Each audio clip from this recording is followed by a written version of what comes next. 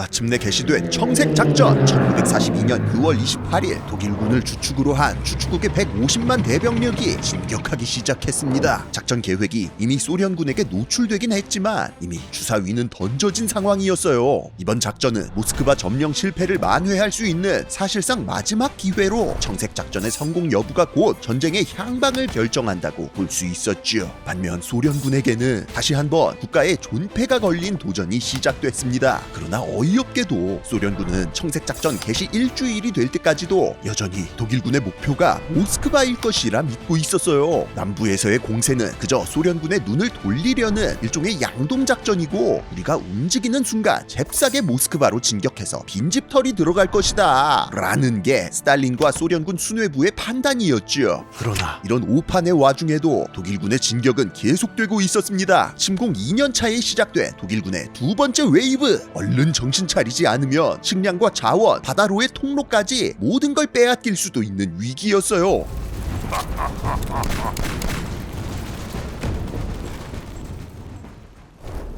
스탈린아, 제발 남의 말 좀 믿어라 라면서 답답해 하실 분들도 있을 수 있는데 사실 스탈린 입장에서 이거 속을만 했습니다. 일단 저번 화에서 이야기한 것처럼 독일군이 지금껏 끊임없는 기만 작전으로 의심 스택 쌓아놨던 것도 있고 무엇보다 청색 작전의 최초 목적지가 다름 아닌 보로네시였거든요.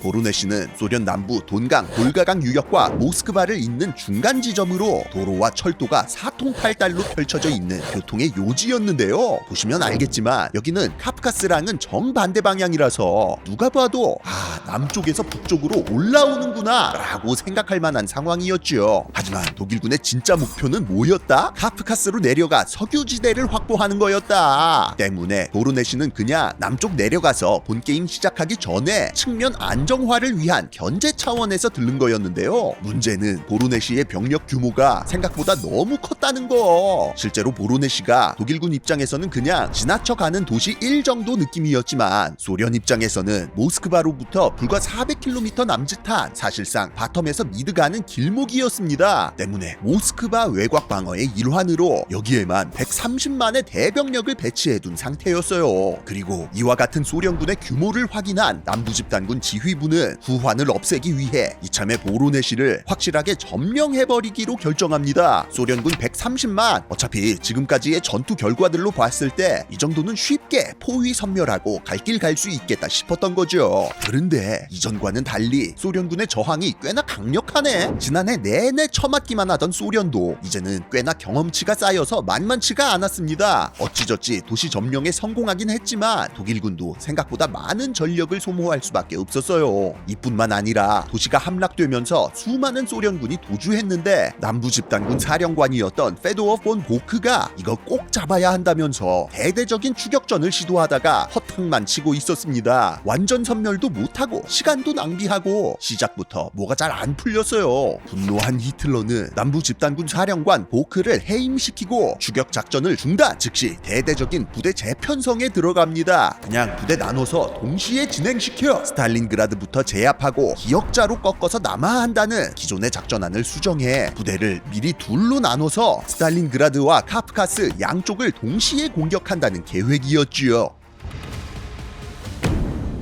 그렇게 1942년 7월 23일 총통지령 제45호에 따라 남부집단군은 A집단군과 B집단군으로 쪼개져 각각 동쪽과 남쪽으로 진격을 시작합니다. A집단군은 에델바이스 작전이라는 이름으로 카프카스 유전지대의 점령을, B집단군은 외가리 작전이라는 이름으로 볼가강의 스탈린그라드 제압을 임무로 부여받았죠.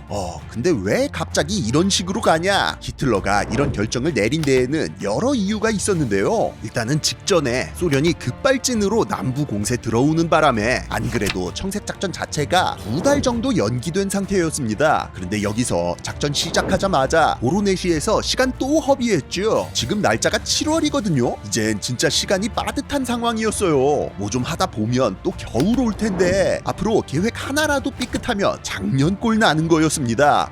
그래도 남쪽이니까 겨울에도 할만하지 않냐? 라고 하실 수도 있는데 어차피 보급로가 무조건 우크라이나 우크라이나 쪽을 거쳐와야 되기 때문에 영향을 안 받을 수가 없었죠. 거기다 작년과는 달리 이번에는 어떤 변수가 추가됐다? 미국이 추가됐다. 실제로 작년 말부터 파죽지세로 진겨 미국의 어그로를 잘 끌어주고 있던 일본이 슬슬 좀 약발이 떨어지고 있었습니다. 심지어 한 달 전쯤 벌어진 미드웨이 해전에서 아예 미국한테 개박살이 나버리면서 이제는 오히려 수세로 돌아서고 있었어요. 겨울과 진창 그리고 미국이 온다.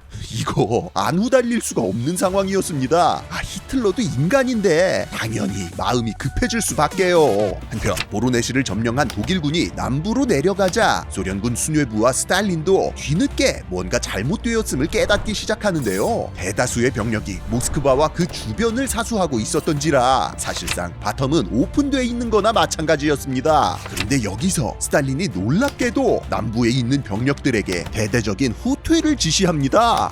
어차피 못 막을 거 일단 후퇴하는 게 상식적인 거 아니냐? 라고 하실 수도 있는데 소련군한테는 이게 꽤나 중요한 전환점이었다는 거. 바르바로사 작전 때 스탈린이 후퇴하면 숙청이라고 무조건 현지 사수하라고 우겨대다가 병력 다 증발시켜버렸잖아요. 그런데 이제는 스탈린도 뒷일을 생각하고 행동하기 시작한 겁니다. 이 덕분에 소련군 현장 지휘관들은 예전처럼 무의미한 저항을 고집하지 않고 병력 소모를 최소화, 일단 독일군의 진격을 피해 보다 방어에 유리한 곳으로 옮겨다니며 최대한 버티기에 들어갈 수 있었죠.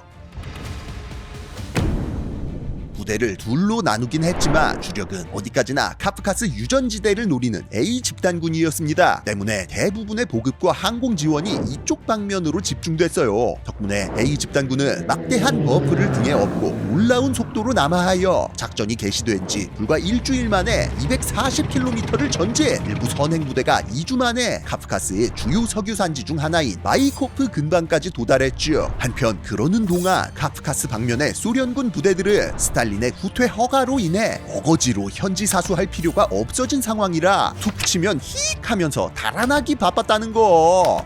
이게 아닌데? 적당히 후퇴도 하면서 유도리 있게 싸우라는 뜻으로다가 허가해준 건데 호의가 계속되면 권리인 줄 알죠? 결국 스탈린은 바로 태세를 전환. 한 달 만에 원래 하던 무조건 사수 메타로 후다닥 복귀합니다. 그렇게 등장한 게 바로 오늘날까지도 회자되는 그 유명한 227호 명령. 단 한 발짝도 물러서지 말라는 절대 후퇴 금지 명령이었어요.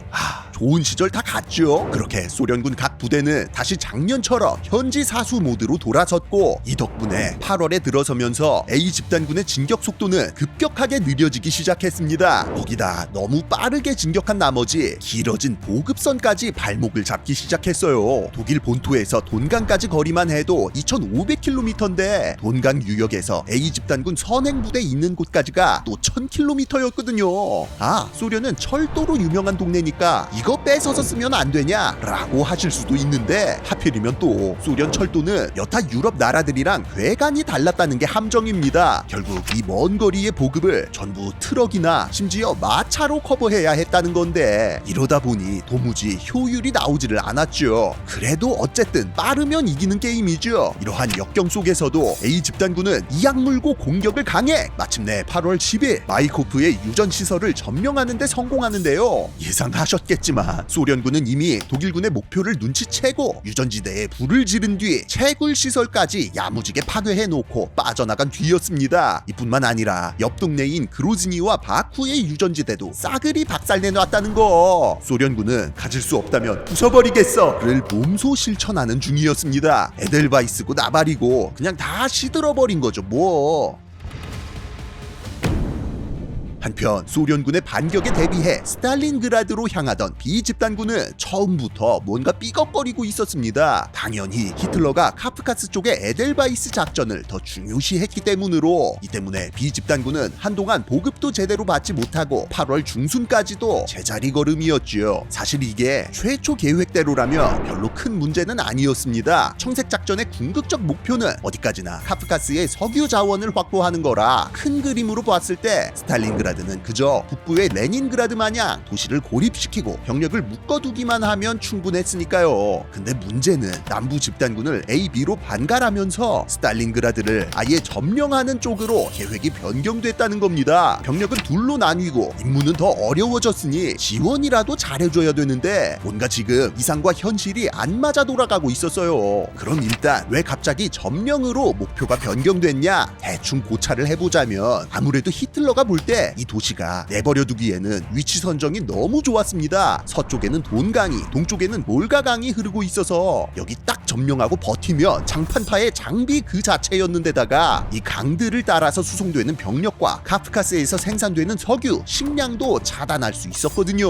또한 스탈린그라드는 애초에 소련 기계공업의 중심지로 집중 개발된 도시여서 전차, 야포, 탄약 같은 수많은 군수품들이 생산되는 일종의 리스폰 포인트였습니다. 그간 소련군이 아무리 때려잡아도 바로 다음 날이면 복구되는 진기명기를 선보이고 있었는데 이제 보니 그 많은 전차들이 다 여기서 무한 생성되고 있더라 이거였죠. 마지막으로 그냥 도시 자체가 상징성이 너무 컸습니다. 스탈린그라드라는 도시는 과거 러시아 혁명, 적백 내전 당시 볼셰비키가 반동분자 백군들에 대항해 항전했던 붉은 군대의 상징과도 같은 도시로 심지어 그 당시 이 도시의 방어를 맡았던 인물 중 하나가 하필 또 젊은 시절의 스탈린이었어요. 이런 신화적인 스토리 때문에 나중에 자기 이름까지 갖다 붙이면서 육성했던 겁니다. 그냥 존재 자체가 스탈린과 뗄래야 뗄 수 없는 도시가 바로 스탈린그라드였지요. 때마침 8월 중순 에델바이스 작전이 사실상 실패로 돌아가면서 히틀러는 더더욱 스탈린그라드 점령에 집착하며 비집단군의 지원을 몰아주기 시작합니다. 그래도 스탈린그라드만 점령하면 후위를 도모할 수 있다 서브 목표였던 외가리 작전이 이제는 반드시 성공해야 하는 마지막 일격이 돼버린 거예요. 마침내 1942년 8월 23일 루프트와페의 대대적인 공습과 함께 독일군의 스탈린그라드 공략이 시작됐습니다. 곧이어 이날 오후 스탈린그라드 북쪽 볼가강 부근에 도달했고 동시에 비집단군의 나머지 사단들도 돈강을 건넜지요. 그런데 히틀러가 볼 때 이 정도 중요성이면 스탈린한테는 더하면 더했지 덜 하진 않았겠죠. 일단 그냥 여기 자기 이름 박아놓은 도시입니다. 더군다나 실제 지리적, 군사적 가치도 매우 크리티컬했기 때문에 스탈린그라드는 독일이 뭔 짓을 하더라도 물리쳐야 했고 반드시 지켜내야 하는 곳이었어요. 때문에 스탈린은 스탈린그라드의 결사 방어를 천명하고 소련에 가용한 모든 전력을 다급히 끌어모아 이곳에 최우선적으로 배치하기 시작했습니다. 때마침 소련군에게는 227호 명령까지 하달된 상황, 도시와 함께 죽거나 도시와 함께 살거나 둘 중 하나의 선택지만이 남아있었죠. 악명 높은 2차 세계대전, 그 중에서도 처절했던 독소전쟁, 그리고 그 중에서도 가장 지옥 같았던 스탈린그라드 전투에 막이 오르는 순간이었습니다. 시간은 8월, 겨울이 오려면 아직 몇 달이 남은 상황이었습니다. 과연 스탈린과 붉은 군대는 스탈린그라드를 지켜낼 수 있을 것인가?